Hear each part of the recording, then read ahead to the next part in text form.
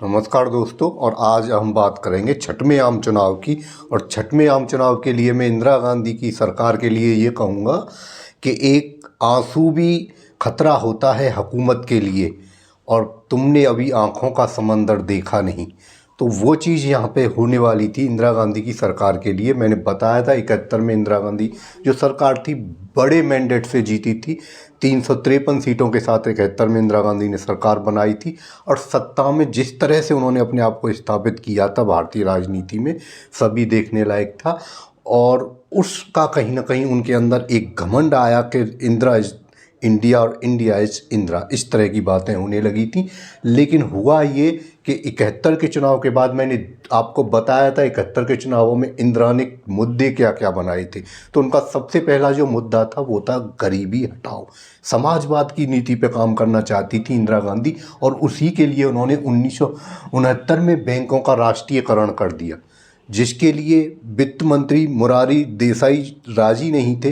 तो उन्होंने हटाया। और जिस तरह से कांग्रेस का विभाजन हुआ हटाने के बाद, तो उन्होंने क्या किया, राष्ट्रीयकरण किया। राष्ट्रीयकरण करने के बाद उन्होंने दिसंबर 1971 में सरकार बनते ही मैंने आपको बताया था, जो कि रियासती राजाओं के लिए प्रीवी पर्स दिया जाता था, एक पेंशन दी जाती थी, उसको ख़त्म किया गया। उस पेंशन की व्यवस्था भारतीय संविधान के अनुच्छेद 291 में की गई, 91 में की गई थी। इसको याद रखना, कितने, 291 में पेंशन की व्यवस्था की गई थी, उसको हटा दिया। कौन सा संशोधन किया उसके लिए, 26वां संशोधन। ये बातें आपको ध्यान रखनी है अपने एग्जाम के पॉइंट ऑफ व्यू से। 26वें संविधान संशोधन करके उन अनुच्छेद 291 को हटाया गया, जिससे प्रीवी पर समाप्त हो गया। उसके साथ साथ हुआ ये, आगे की जो राजनीति का जो घटनाक्रम है उसकी हम बात कर लेते हैं। घटनाक्रम इस तरह से हुआ कि रायबरेली से जो इंदिरा गांधी ने चुनाव लड़ा था, उस चुनाव को उनके जो प्रतिद्वंदी कैंडिडेट थे राजनारायण, समाजवादी नेता थे, उन्होंने उसको क्या किया, चुनौती दी। कहाँ पर, इलाहाबाद हाई कोर्ट में। इलाहाबाद हाई कोर्ट में जब चुनौती दी तो उनका केस चला, और केस का निर्णय आया जून 1975 में। जब 1975 में वो केस आया, उस केस में इंदिरा गांधी चुनाव हार गई। उन्होंने उसमें उनको दोषी पाया गया कि आपने सरकारी मशीनरी का दुरुपयोग किया है, जिसके कारण आपका चुनाव रद्द किया जाता है और आपको 6 साल के लिए चुनाव लड़ने के लिए भी मना किया जाता है। इंदिरा गांधी अपनी राजनीति के चरम पे थी। उन्होंने उस निर्णय का उपहास उठाया, एक तरह से भारतीय न्यायपालिका का भी अपमान वो कर रही थी, और उसे लेके वो सुप्रीम कोर्ट चली गई। तो वहाँ पे ये था। देखो, अब मैंने आपको बात की थी कि इंदिरा और नेहरू की अगर हम तुलना करेंगे तो नेहरू एक मजे हुए नेता थे।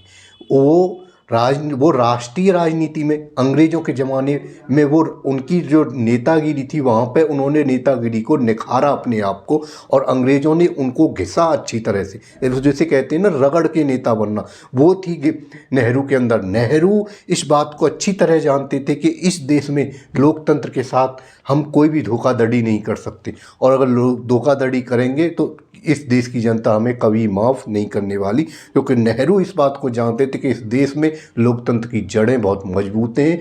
आदिकाल से ही लोकतंत्र की जड़ें यहाँ पे चली आ रही हैं। कहीं ना कहीं महाभारत काल से ही वो चीज़ें आपको, लोकतंत्र के बीज आपको इस देश की संस्कृति में देखने को मिलेंगी। तो ये चीज़ें इंदिरा को समझ नहीं आई, क्योंकि इंदिरा को एक प्लेटफार्म मिल गया, अपने बाप की विरासत मिल गई, और वो राजनीति में कहीं ना कहीं अपने आप को तानाशाह समझने की कोशिश कर बैठी, और भूल कर बैठी मैं कहूँगा इस तरह उन्होंने। और उन्होंने क्या किया कि सुप्रीम कोर्ट में अपने इलाहाबाद हाई कोर्ट के निर्णय को क्या दी, चुनौती दी। और चुनौती देने के बाद जब 24 जून 1975 को सुप्रीम कोर्ट ने अपना निर्णय सुनाया, तो उन्होंने हाई कोर्ट का जो निर्णय था उसको यथावत रखा। बस इंदिरा गांधी को इस बात की छूट रखी कि आप अपने पद पर बनी रह सकती हैं, लेकिन आप चुनाव में धांधली करने की दोषी तो हैं। जब ये निर्णय आया तो क्या हुआ कि इंदिरा गांधी ने जो उस समय के राष्ट्रपति से उनसे सलाह की, और फखरुद्दीन से सलाह करके उन्होंने आपातकाल लगाया। और आपातकाल क्यों लगाया कि देश के आंतरिक दिसंबर में ही भारत ने पाकिस्तान के साथ जो युद्ध चल रहा था हमारा 71 में ही हुआ, और 26 दिसंबर को हमने पाकिस्तान के भारतीय सेना ने 2 टूक कर दिए और बांग्लादेश को बनाया। उस समय इंदिरा गांधी की बहुत तारीफ हुई, यहाँ तक कि अटल बिहारी वाजपेयी ने भी उन्हें दुर्गा का रूप कहा। पर उससे आगे की कहानी और रही। दूसरी बात ये थी कि इंदिरा गांधी के एक बड़े पुत्र थे संजय गांधी, और संजय गांधी ने सितंबर 1976 में क्या किया कि उन्होंने एक पुरुष नसबंदी कार्यक्रम चलाया जिसमें वो जनसंख्या को नियंत्रण करना चाह रहे थे। तो उसमें भी जनता का काफ़ी शोषण हुआ, जनता काफ़ी नाराज़ हुई और पोस्टर लगने लगे, इंदिरा हटाओ देश बचाओ। जिस तरह की चीज़ें हो रही थी यहाँ पर, और आगे चल के मैं आपको बताना चाहूँगा कि ये सब चीज़ें जनता को नाराज़ हुई। सभी विपक्षी पार्टियों के नेता जेल में डाल दिए गए आपातकाल के दौरान, और यहाँ पर ऐसा लगा कि अंधेरा भारतीय लोकतंत्र पर एक अंधकार छा गया है और पता नहीं ये कब हटेगा, और हटे भी या ना हटे, लोकतंत्र की बहाली दोबारा होगी या ना होगी, ये चीज़ें होने लगी। लेकिन इसी बीच नवंबर 1977 में ये चुनाव होने वाले थे, 6वें आम चुनाव। इंदिरा गांधी ने सोचा कि क्यों न चुनावों को पहले ही करा दिया जाए और एक माहौल बनाया जाए। इस वजह से उन्होंने जनवरी 1977 में चुनाव कराने की घोषणा कर दी। चुनाव कराने की घोषणा करने के बाद मार्च 1977 में चुनाव हुए और सभी विपक्षी नेताओं को जेल से रिहा कर दिया गया और चुनाव की तैयारियां शुरू हो गईं। और उन तैयारियों के साथ जब इंदिरा को हटाने की बात आई कि इंदिरा लोकतंत्र के लिए खतरा है, जब इस तरह की चीज़ें आईं, तब ये हुआ कि सभी विपक्षी दलों ने, उसमें चाहे आपके कांग्रेस के वरिष्ठ नेता हों मुरारी देसाई, और भी आपके जो राष्ट्रीय लोक दल, स्वतंत्र पार्टी जैसी पार्टियां थीं, मैंने आपको बताया था, इन सभी पार्टियों ने मिलकर एक दल बनाया और उस दल का नाम था जनता पार्टी। जनता पार्टी ने इंदिरा गांधी के खिलाफ मिलकर चुनाव लड़ा 1977 में, और उन्हें भारी भरकम अच्छी फुल मैंडेट की जीत मिली। 195 सीटें उन्होंने प्राप्त की, और उन सीटों के साथ वहाँ पर जो प्रधानमंत्री जो बनाए गए वो थे मुरारी देसाई। मुरारी देसाई को प्रधानमंत्री बना दिया गया, और इस मुरारी देसाई पीएम बने, और इसमें उप प्रधानमंत्री जो बनाया गया था वो बनाए गए थे चौधरी चरण सिंह। चौधरी चरण सिंह आप जानते हो कि वो भी कांग्रेस के ही नेता। उन्होंने भी कांग्रेस छोड़ के एक नई पार्टी बनाई थी और उत्तर प्रदेश में वो राजनीति कर रहे थे उस जमाने में।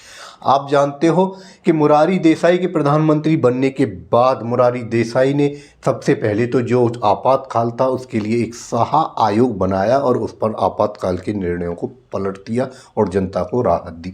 ये सरकार भी कोई ज़्यादा दिन चल नहीं पाई। इस सरकार में बहुत सभी तरह की विचारधारा के लोग थे। भारतीय जनसंघ था, वो भी इस सरकार में शामिल था।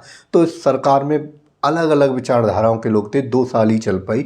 अगली हम वीडियो में उस सरकार की बातें करेंगे कि उस सरकार ने क्या किया और वो सरकार क्यों टूट गई। ये बात यहाँ पे हम अगले वीडियो में। लेकिन इंदिरा गांधी की सरकार यहाँ तक चल ली, और इंदिरा गांधी की जो तानाशाही थी वो जनता ने यहाँ पे समाप्त कर दी। जो आपातकाल था, आपातकाल के साथ साथ ही आप देखोगे कि ये हुआ कि इंदिरा गांधी की सरकार आपातकाल की वजह से गई। आप लोकतंत्र को डिस्ट्रॉय करना चाह रही थी इंदिरा गांधी।